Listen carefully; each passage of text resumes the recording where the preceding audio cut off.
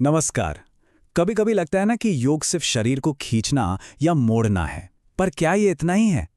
आज हम इसी के पीछे के दर्शन को समझेंगे कि कैसे योग के बहुत ही साधारण से स्ट्रेच हमारे मन के गहरे तनाव और चिंताओं को सुलझाने का काम करते हैं। चलिए इस एक सवाल से शुरू करते हैं। गर्दन में, कंधों में या पीठ में जो ये हल्का हल्का दर्द होता है, क्या ये सिर्फ एक मामूली दर्द है या क्या ये उससे कहीं ज्यादा गहरा है? ऐसा लगता है जैसे हमारा शरीर हमसे कुछ कहने की कोशिश कर रहा हो।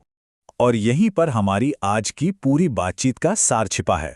योग में ये माना जाता है कि असली दर्द अक्सर शारीरिक तनाव से नहीं, बल्कि उन भावनाओं को दबाने से, उनका प्रतिरोध करने से आता है, जिन्हें हम महसूस करने से कतराते हैं।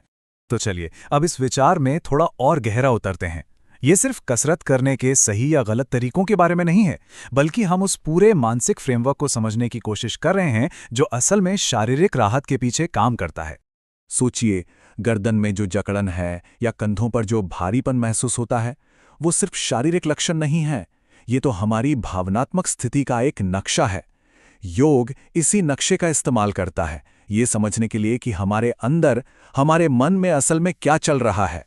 तो फिर सवाल यह है कि इस शरीर और मन के कनेक्शन को नेविगेट करने के लिए हमारे पास टूल्स क्या है? इस अभ्यास में दो बहुत ही बुनियादी लेकिन शक्तिशाली तकनीकों पर जोर दिया गया है। पहली है सांस और दूसरी है जागरूकता। पहली तकनीक है बलून ब्रीदिंग। कल्पना करके देखिए, जब सांस अंदर लेते हैं तो पूरा शरीर एक गुब्बारे की तरह फूल रहा है और सांस उन तनी हुई मांसपेशियों तक पहुंच रही है। और फिर जैसे ही सांस छोड़ते हैं, वो गुब्बारा धीरे धीरे पिचक रहा है और साथ ही सारा तनाव भी पिघलकर नरम पड़ रहा है। और दूसरा टूल है जागरूकता।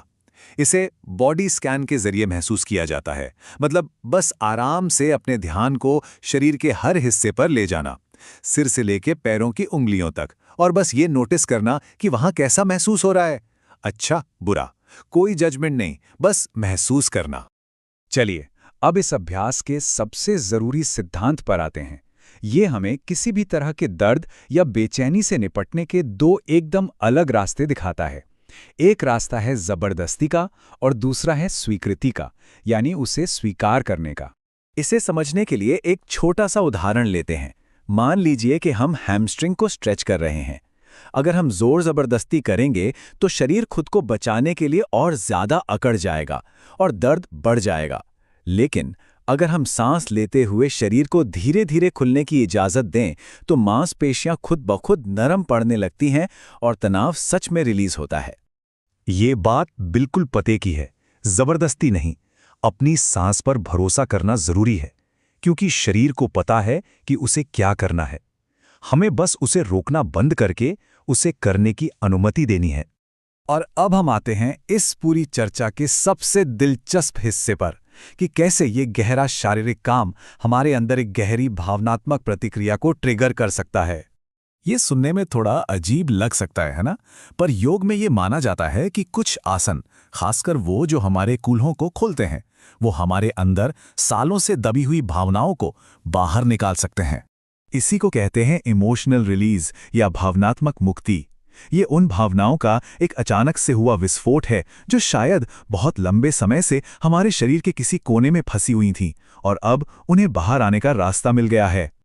और देखिए, ये जानना बहुत जरूरी है कि इमोशनल रिलीज का मतलब हमेशा रोना या दुखी होना नहीं होता।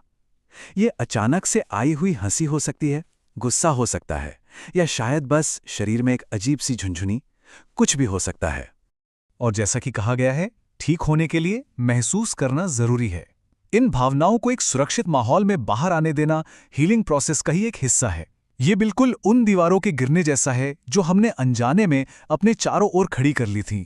तो इन सभी विचारों को एक साथ कौन सा सिद्धांत जोड़ता है? ये हमें योग दर्शन की एक बहुत ही खूबसूरत अवधारणा की तरफ ले जाता है, जिसे कहते हैं संतोष। संतोष का मतलब है जो भी है, जैसा भी है, इस पल में उसे वैसे ही स्वीकार करना, उसकी सराहना करना, बिना ये चाहे कि कुछ और होता या कुछ अलग होता। बस इस पल के प्रति एक पूरी तरह से स्वीकृति का भाव। तो असल में संतोष सिर्फ तनाव को दूर करना नहीं है, ये स्वीकृति, कृतज्ञता और वर्तमान में पूरी तरह से मौजूद रहने का एक मिला जुला रूप है। और शायद यही इस पूरे अभ्यास का अंतिम लक्ष्य है, हर पल में शांति और पूर्णता को खोजना। और आखिर में बस ये एक सवाल, जरा सोचिए, अगर इस फिलॉसफी को सिर्फ योग मैट पर नहीं बल्कि जिंदगी के हर पहलू में अपनाया जाए तो क्या होगा? जब हम जबरदस्ती करना बंद करके बस चीजों को